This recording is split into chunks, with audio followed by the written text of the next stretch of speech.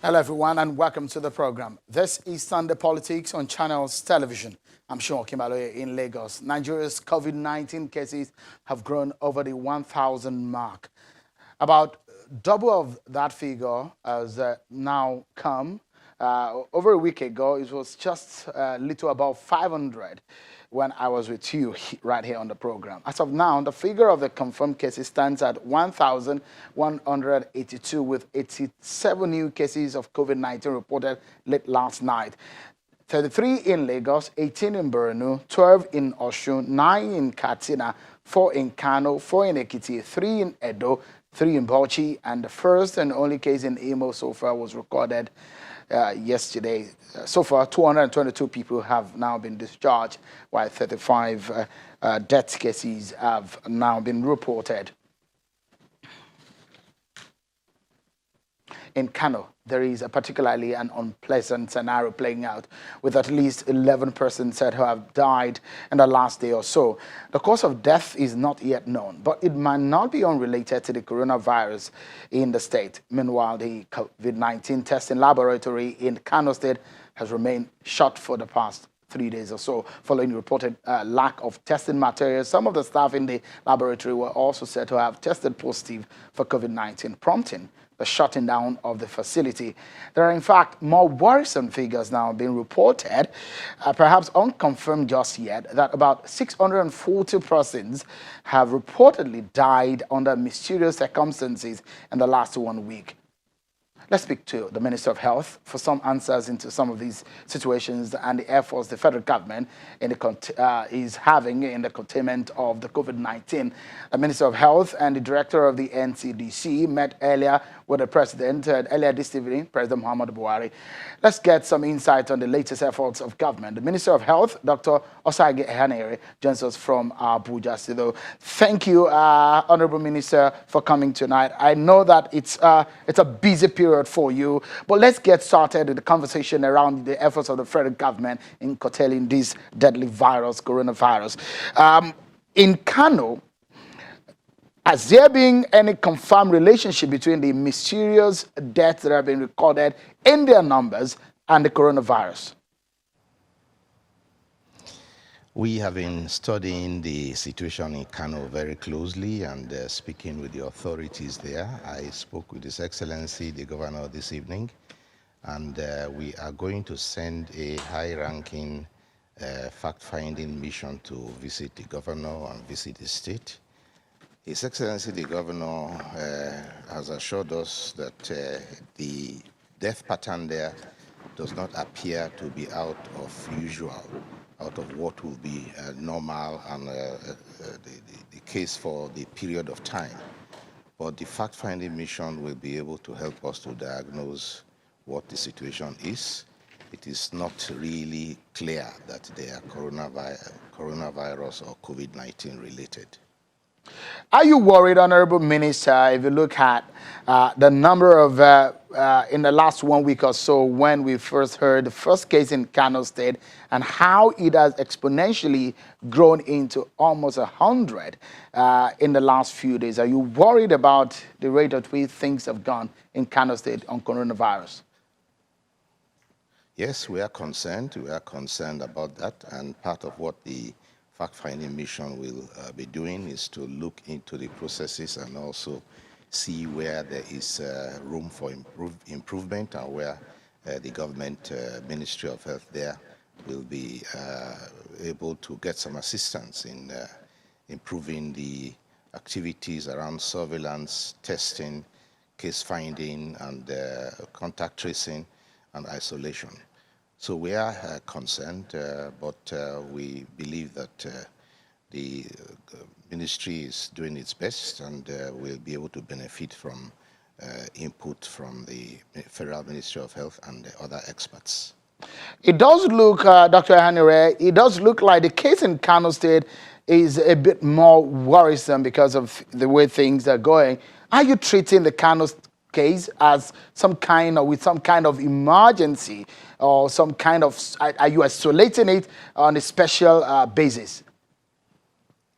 Yes, you are correct. We are doing that. We are looking at it as a special race, a special site, The trajectory has been quite steep, as you rightly said, from just the first index case a few days ago to what it is now. So we are really treating it like a special case and looking more specifically at the processes and what has actually happened in detail. Kano has not had much of an experience with coronavirus, and the rapidity with which it has exploded now, if I may use that word, is of concern. So it's possible to be able to contain it if the right processes are followed and if the right resources are brought in. We understand that the testing center in Kano was shut down. How soon would that be back on stream? The testing center should be back on stream tomorrow because a team has gone in there now from NCDC, but have arrived there today, and they should be able to resume screening tomorrow. In addition to that, we are going to activate a second laboratory, a second PCR laboratory. So we shall have 2 testing centers, which will be able to take care of the backlog and be ready to take care of any other samples that are brought in from the 7 or 8 local governments in the municipality that are affected. With what we see in Kano, Honorable Minister, Kano has some very interesting population, and from the fears of some people on the ground that they might have been experiencing some high rate of community transmission in that state. I spoke with the governor on Wednesday, who said he has not received a kobo from the federal government. Is there any special attention being paid to Kano in terms of funding, in terms of escalating more resources in that state, and also perhaps shutting down that state in the meantime? Well, yes, the answer to your first question is that yes, all states and in fact all cities that have a high population are given special attention, particularly where that city has a high population density, the number of persons per square kilometer. And that puts Lagos and Kano on about the same level. But the experience of Lagos is not comparable. You know, Lagos had the experience of 2014 Ebola. So they have a platform and a mechanism that is well-oiled, and they're able to respond quickly and aggressively. Kano, with the resources they have, are trying their best, but they definitely do not have the strength that Lagos has. And the human resources, they are doing very well too, but they also need to be reinforced. So the Emergency Operating Center is working very well, and we are going to send in resources, human resources, when it is requested, and also material resources, PPE, laboratory reagents, and testing swabs and so on. So all of that will come in to help to set the place on a stronger footing. Do you even have enough? Because the head of the NCDC tweeted and said that we are desperately, these are his words, we're desperately looking for more RNA extraction kits as we expand COVID-19 testing product. Total viral RNA extraction kits, preferably spin column and with lysis buffer. Are you in dire need of testing kits? Well, with our country, our population, and remember also the global shortage of these resources, we can consider our situation as dire in respect of many things. You know that there are several countries in Europe and even across the Atlantic in America also struggling with doing testing. Many of them have had to reduce the testing frequency that they once started with because they couldn't cope with the range of testing. The competition to get even masks and PPE, personal protective equipment, is very sharp. So all countries are trying to stockpile. We too are trying to stockpile. We're looking for these materials wherever we can find them. And we place order. We don't know when it will be honored. And we try very hard to look for these materials wherever they are. But right now, we are able to cope, but hope that within the next very short period, we are able to get replenishment of our resources. So are you saying, Honorable Minister, that we are out of testing kits? No, I'm not saying so. What I'm saying is that we need a stockpile. We need to increase our stockpile. We need to have more of these. And we are looking for avenues to increase what we have. Do we have resources to produce some of these locally? Or you're looking at external supplies? Yeah, they are imported. There are some of the PPEs which are going to be locally produced. We have had a few interesting offers and presentations from local producers of PPEs and masks. So those items we can begin to look for locally. But there are others which we are going to have to get from abroad, which we don't manufacture here. We do not have the capacity to manufacture. But the kind of need that we have run into, does it put us in a trouble spot? I wouldn't say so. No, we're not in a trouble spot. We have always been saying that we need to make sure that we do not get into a trouble spot, that our health workers are well protected, and that the needs of testing are well articulated and answered. And as I've always said, we are following a policy of smart testing, where we do a good sampling of what kind of testing we are doing. Those who have just arrived from abroad, their contacts, those who have symptoms that are suggestive of coronavirus, and those who live in an area where there's a cluster of positives. So we are selective in who we are testing, and for that we are able to use our resources wisely and judiciously. So we have been in a good position, in fact, compared to others who have run short. You know that certain European countries have been very desperate to get even PPEs and had to import from other countries and had some issues of delays in delivery. So this is a global problem. It's not particularly or not peculiar to Nigeria.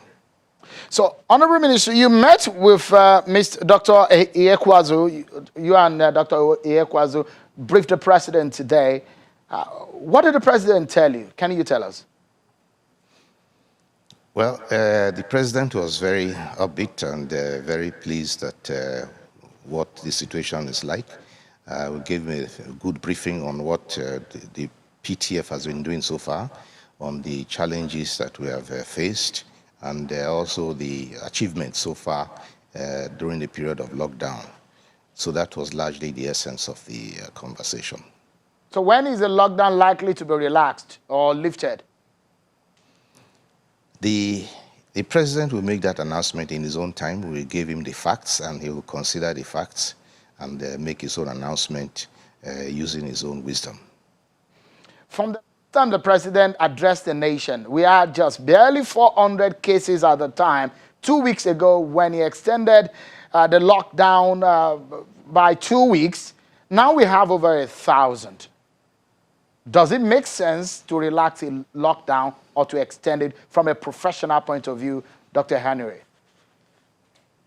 Well, what happens is that every country,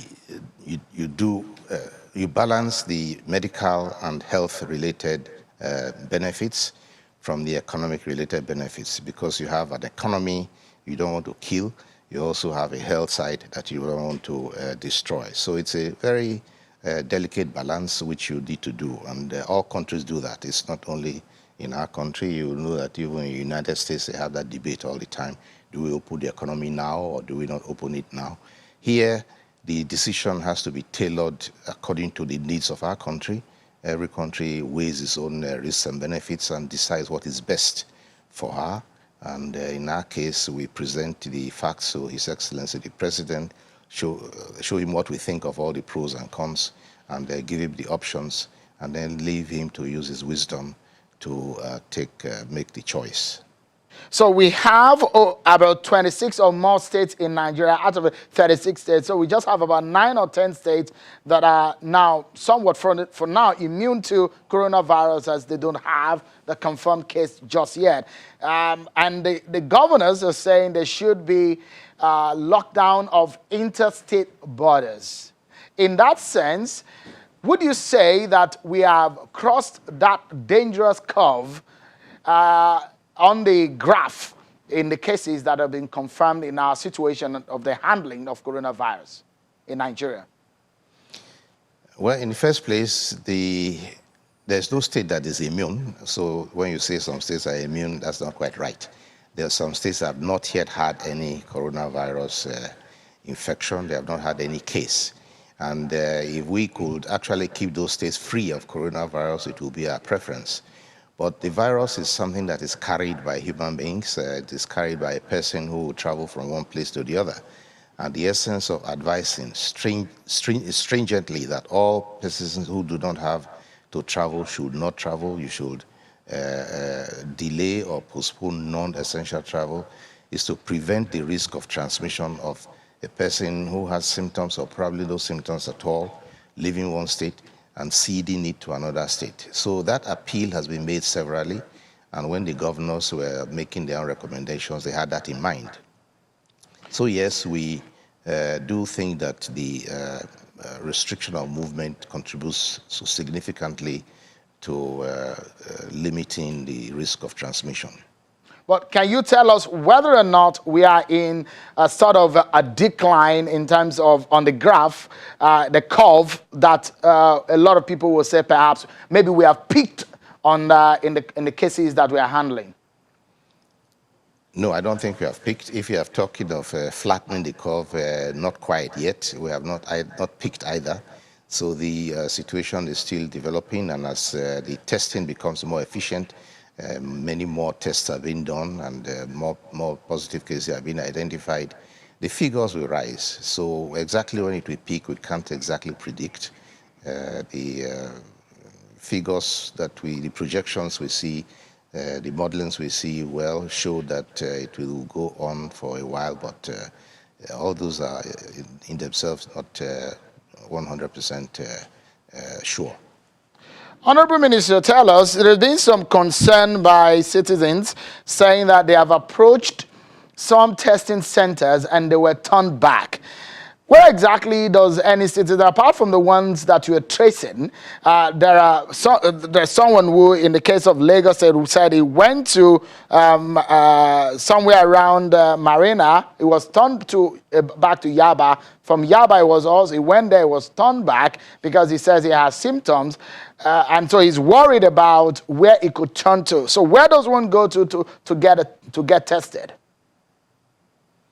Well, there are testing sites that are established in various places, and I think in Lagos they try to disseminate their testing sites and leave them to sample collection areas in various parts of the state. I cannot quite tell exactly which states, but the Lagos state has tried to diversify and spread out the sample collection sites.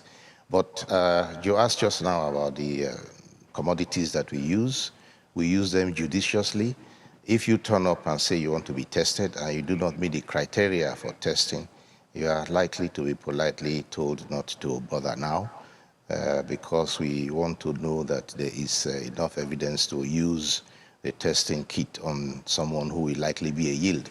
So we have a relatively good yield in our tests because we look at the reasons. If you have a travel history, or you have a contact history, or you live in a cluster where there are lots of positives, or you have symptoms that are convincing, you will very certainly get the test. There are one or two cases where they might at that very moment be out of a test kit, but in majority of the cases you'll be tested. But if your symptoms are not meeting the criteria and you turn up and just want to know your status, the officers there might likely suggest that you don't get tested at this time, so you can save the resource for someone who's more likely to need it. We'll go on a break in 30 seconds, Honorable Minister, but I'd like you to give this information quickly to Nigerians. You said during the week that over 40 health workers were infected and tested positive to coronavirus. Which states are these? Are they spread over all the states that have cases, or they are in a particular state? Well, they're not in one state. They are spread over the places where we have cases, and I must also remind you that not all of these health workers, not every one of them got infected in a line of duty. Some got infected also through contacts or through travel. But on the whole, we advise that staff, particularly those who are working in institutions where COVID-19 is being treated, be very careful about their safety. And we also advise those who are not accredited to handle COVID-19 to stay away from this very highly infectious and contagious disease. It is not something that to be treated everywhere. Those who venture to do it without realizing the risks of it are likely to infect themselves.